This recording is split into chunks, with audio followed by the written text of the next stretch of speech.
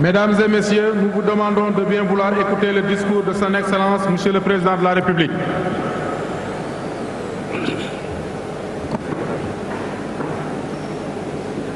Excellences, Madame, Messieurs les chefs d'État, chères sœurs, chers frères, Mesdames les Premières Dames, Monsieur le Vice-président, Mesdames, Messieurs les chefs de gouvernement, Mesdames, Messieurs les chefs de délégation des pays amis et institutions partenaires, Monsieur le Président de l'Assemblée nationale du Sénégal, Monsieur le Premier ministre, Monsieur le Président du Haut Conseil des collectivités territoriales, Madame la Présidente du Conseil économique, social et environnemental, Monsieur le Président du Conseil constitutionnel, Madame, Messieurs les membres du Conseil constitutionnel, Mesdames, Messieurs les ministres d'État, Mesdames, Messieurs les ministres, Monsieur le Premier Président de la Cour suprême, Monsieur le Procureur général près la Cour suprême, Mesdames, Messieurs les membres du corps diplomatique, honorables députés, Mesdames, Messieurs les membres du Haut Conseil et du Conseil économique, social et environnemental, autorités administratives, territoriales, religieuses et coutumières, distingués hôtes, Mesdames et Messieurs, avant tout propos, je tiens à vous saluer, chers frères et sœurs, chefs d'État africains, et vous remercier chaleureusement pour l'amitié et l'honneur que vous nous faites en rehaussant cette cérémonie d'investiture de votre présence. Merci au président Denis Sassou Nguesso, au président Paul Kagame, au président Faure Gnassingbé, merci au président Mohamed Ould Abdelaziz, merci au président Alpha Condé, merci au président Mamadou Issoufou, merci au président Alassane Ouattara, merci au président José Carlos Fonseca, merci au président Ibrahim Boubacar Keïta, merci au président José Mario Vaz, merci au président Mohamedou Bouhari, merci au président Roch Marc Christian Kaboré, merci au président Adama Barrow, merci également au président Georges Weah, merci au président Julius Mada Bio, merci à Madame la Présidente d'Éthiopie, Madame Sahle Work Zaoudi, merci au président Andry Rajoelina de Madagascar et merci au président Félix Tshisekedi de la RDC. Je voudrais également remercier le Premier ministre du Gabon, le vice-président du Ghana, et je reviendrai tout à l'heure sur toutes les délégations étrangères ici présentes. Fidèle à l'attachement panafricaniste du Sénégal, je me réjouis de poursuivre, chers collègues, avec vous, nos efforts communs pour la paix, la sécurité, la stabilité et l'intégration africaine. Je remercie tous les pays et institutions partenaires qui ont envoyé des délégations à l'occasion de cette cérémonie, ainsi que tous nos invités ici présents. Au nom du peuple sénégalais et en mon nom personnel, je vous souhaite la bienvenue et un agréable séjour parmi nous. Monsieur le Président du Conseil constitutionnel, je voudrais vous remercier, ainsi que les membres du Conseil, pour vos félicitations et vos propos aimables. Le 24 février dernier, les citoyens sénégalais se sont massivement rendus aux urnes avec un taux de participation de 66,23% pour choisir, dans le calme et la sérénité, leur futur président de la République. Les observateurs nationaux et internationaux ont salué à l'unanimité la bonne organisation du scrutin et attesté que le vote a été libre et transparent. Le mérite en revient au peuple sénégalais. Je rends grâce à Dieu. Je réitère ma profonde gratitude aux citoyennes et citoyens qui m'ont renouvelé leur confiance à une majorité confortable de 58,26%. Je ressens dans cette confiance renouvelée un honneur pour le bilan qu'elle approuve et une motivation à poursuivre mes efforts pour répondre aux espérances de la nation.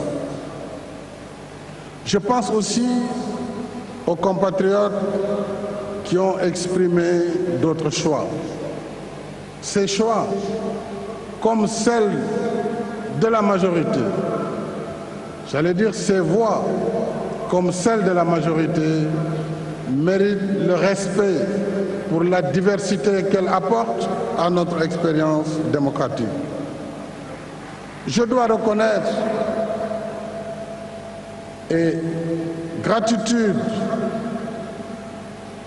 je dois reconnaissance et gratitude pour son soutien et sa patience à ma famille qui me donne la force et la quiétude de me consacrer entièrement aux servitudes de l'État en vertu du serment que je viens de prêter. Je serai le président de toutes les Sénégalaises et de tous les Sénégalais. Je renouvelle par conséquent mon appel au dialogue sans exclusive, un dialogue constructif et ouvert à toutes les forces vives du pays, à toutes les forces politiques, aux forces économiques et sociales. À la tête de l'État, je mesure pleinement la responsabilité et la gravité de la charge. Elle rappelle, cette charge, que la démocratie et la République consacrent l'égale dignité des citoyens et que le mandat électif n'établit aucun privilège au profit du mandataire sur les mandants, mais plutôt une mission au service du bien commun. Il s'agit de servir et non de se servir. C'est donc avec humilité et détermination que je me remets au service du peuple sénégalais. Au cours des 7 dernières années, je me suis pleinement consacré à l'avènement d'un Sénégal pour tous, à travers le plan Sénégal émergent et en mettant en place des politiques publiques fondées sur l'équité territoriale et la justice sociale. Ainsi, nous avons amélioré les performances de notre économie grâce à l'assainissement des finances publiques et à des réformes hardies en matière de gouvernance.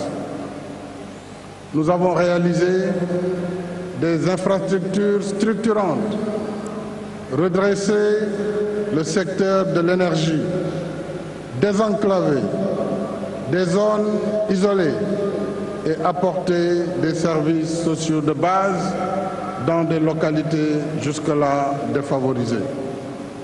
Nous avons élargi les cartes sanitaires, scolaires et universitaires de notre pays et amélioré la condition de l'enseignant et de l'étudiant.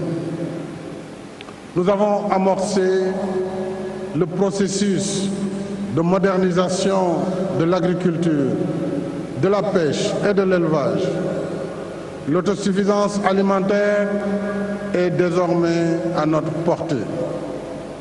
Nous avons mis en place des instruments novateurs d'inclusion sociale et d'équité territoriale, notamment le programme d'urgence de développement communautaire, le programme d'urgence de modernisation des axes et territoires frontaliers, les programmes de modernisation des villes et cités religieuses, les bourses de sécurité familiale, la couverture maladie universelle et les cartes d'égalité des chances pour les personnes vivant avec un handicap. Voilà, mesdames et messieurs, un aperçu du bilan que le peuple sénégalais souverain a positivement sanctionné le 24 février 2019. Nos acquis sont indéniables et seront renforcés par la mise en œuvre de la deuxième phase du plan Sénégal émergent sur la période 2019-2024. En même temps, je suis conscient des défis devant nous parce que j'ai le Sénégal au cœur. Du fond de nos campagnes, aux confins de nos cités, je ressens toutes les pulsions de notre pays, dont celle ardente de notre jeunesse. Pour la séquence que nous ouvrons aujourd'hui, cette jeunesse vibrante et créative qui incarne l'espoir et la force vitale de la nation restera au premier rang de mes priorités. En conséquence, des efforts encore plus soutenus seront consacrés à l'emploi et à l'employabilité des jeunes. Je poursuivrai la réforme de notre système éducatif afin qu'à tous les niveaux, il ouvre davantage la possibilité à la formation professionnelle. Je renforcerai par conséquent les initiatives et programmes dédiés à l'apprentissage au métier et à l'esprit d'entreprise, comme la formation école-entreprise en collaboration avec le secteur privé, la délégation à l'entrepreneuriat rapide pour les femmes et les jeunes et l'Office national de la formation professionnelle. De même, le réseau des centres de formation professionnelle et technique sera étendu à raison d'un centre au moins dans chacun de nos 45 départements. L'ADER et le Fonds de garantie des investissements prioritaires soutiendront davantage les jeunes créateurs de start-up, en particulier dans l'économie numérique. Je porterai également une attention particulière aux politiques publiques en faveur des femmes et des filles. Toujours à la tâche, dans nos villes comme dans nos campagnes, les femmes sont des héroïnes au quotidien.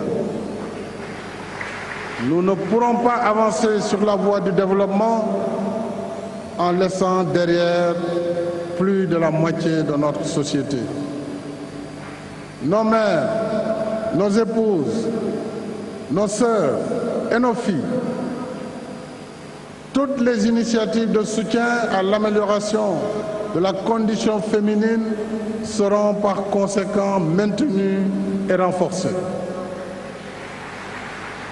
Je pense aux facilités en matière de soins de santé pour la femme et les enfants à bas âge, aux équipements d'allègement des travaux pour les femmes, au financement de la délégation à l'entrepreneuriat rapide, au fonds d'impulsion de la microfinance, au nouveau fonds de promotion de la microfinance islamique et à la construction de nouveaux centres d'assistance et de formation dédiés aux femmes et aux jeunes filles. La troisième priorité que je compte mettre en œuvre tient à l'amélioration de notre cadre de vie, à la promotion d'un habitat décent pour tous et à la sauvegarde de notre environnement. Il y a urgence à mettre fin à l'encombrement urbain.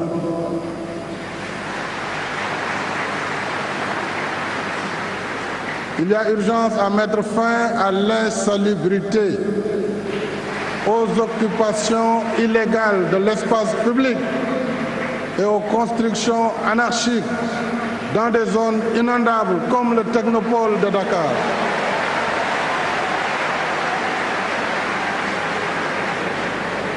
J'appelle à une mobilisation générale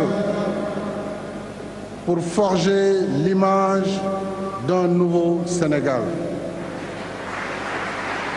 Un Sénégal plus propre dans ses quartiers, plus propre dans ses villages, plus propre dans ses villes. En un mot, un Sénégal avec zéro déchet.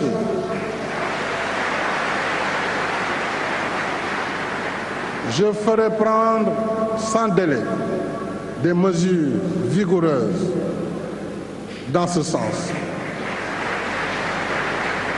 J'y engage aussi les autorités territoriales et locales, ainsi que les mouvements et associations de citoyens.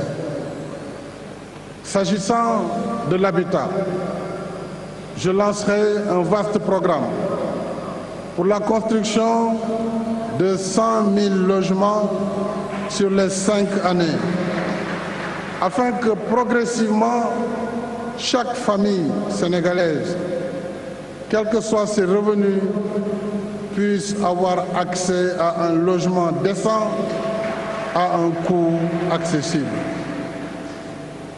La protection de notre environnement reste un défi majeur de notre temps. Sénégal émergent PSE vert pour consacrer plus d'efforts à la sauvegarde de notre écosystème par le reboisement massif et une plus ferme lutte contre la spéculation foncière et la déforestation, particulièrement une lutte sans merci contre la spéculation foncière dans les zones humides et celles à vocation agricole, notamment la zone de Niayes. Outre sa beauté naturelle, la zone de Niayes est un maillon essentiel de notre chaîne alimentaire. Elle contribue à nourrir la nation et à générer des recettes d'exportation. Je voudrais dire solennellement que je ne laisserai pas la frénésie de la spéculation foncière détruire cette zone d'intérêt vital pour les producteurs agricoles et pour la nation tout entière. Je veillerai personnellement à la protection des zones à vocation agricole sur l'étendue du territoire national, En même temps, dans le processus d'aménagement de nouvelles zones urbaines de Diamniadio et du Lac Rose, je réitère l'attention particulière que j'accorde à la préservation de l'écosystème, en particulier la conservation du baobab, ce grand arbre multiséculaire, emblème de notre pays. La réforme de l'administration est la quatrième priorité que je compte mettre en œuvre pour soutenir nos efforts vers l'émergence et le développement. Notre administration, ancienne et rompue à la tâche, est l'épine dorsale de l'État. Elle en assure la stabilité et la continuité au-delà des changements de gouvernement et de régime. Je sais, et je m'en félicite, qu'elle recèle des ressources humaines de qualité, dévouées corps et âme à la bonne marche du service public. Tout cela est appréciable. Mais nous pouvons faire mieux. Notre administration doit aujourd'hui épouser les réalités de son temps et s'adapter à ces missions devenues plus nombreuses, plus diversifiées, plus complexes et donc plus exigeantes. Or, dans bien des cas, trop de routine, trop de lenteur, trop de procédures et de formalités indues continuent d'altérer l'efficacité du service public et la compétitivité de notre économie. Dans la nouvelle dynamique que je compte imprimer à la conduite des affaires publiques, j'ai la ferme intention d'inscrire toutes les actions de l'État en mode fast-track. Nous l'avons déjà réussi pour des projets et initiatives majeures. Il nous faut généraliser ces meilleures pratiques. Quand on aspire à l'émergence et qu'on est tenu par l'impératif du résultat, l'urgence des tâches requiert qu'il faut accomplir avec diligence le travail qui nous attend. Ce qui doit être fait aujourd'hui ne peut être remis à demain. Voilà le cap que j'entends fixer aux équipes qui m'accompagneront dans ce nouvel élan de réforme transformative. En tant qu'usagers du service public, nous attendons tous de l'administration qu'elle soit plus accueillante à notre endroit, plus diligente dans son fonctionnement et plus performante dans ses résultats. J'engagerai donc des réformes sans tarder, visant à simplifier et à rationaliser nos structures, réformer nos textes là où c'est nécessaire et dématérialiser davantage nos procédures et formalités administratives. Dans la continuité du Forum national de l'administration tenu en avril 2016, il s'agit de moderniser davantage notre système administratif de façon à ce qu'il réponde mieux à ses missions régaliennes de service public et de développement. J'appelle donc chaque agent de l'administration à être un acteur et un partenaire de cette mutation qualitative.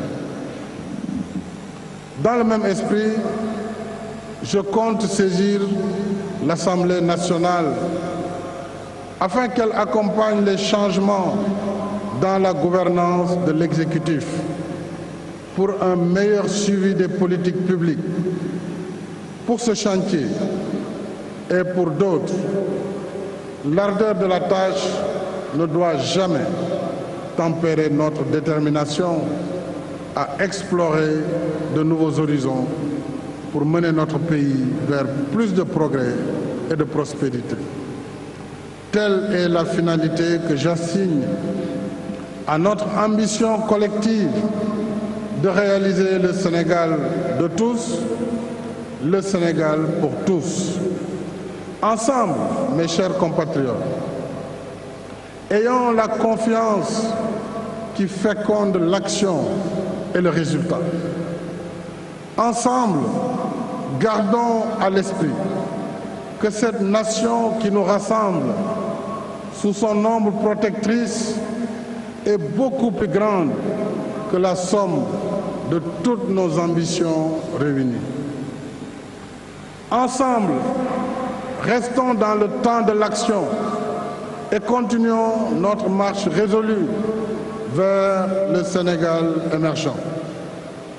Ensemble, dans un monde de turbulences et d'incertitudes, restons fidèles aux générations passées et dignes des générations futures en maintenant notre cher pays dans les eaux calmes de la paix, de la stabilité et du développement solidaire et inclusif. Notre histoire commune nous le commande. Notre destin partagé nous le demande. Madame, Messieurs les chefs d'État, chefs de gouvernement, Messieurs les vice-présidents, Mesdames, Messieurs les chefs de délégation, Mesdames les premières dames, Mesdames et Messieurs, je vous remercie de votre aimable attention. Son Excellence, Monsieur le Président de la République, va maintenant recevoir successivement les félicitations de Madame la Première Dame, accompagnée des enfants du couple présidentiel. Voilà.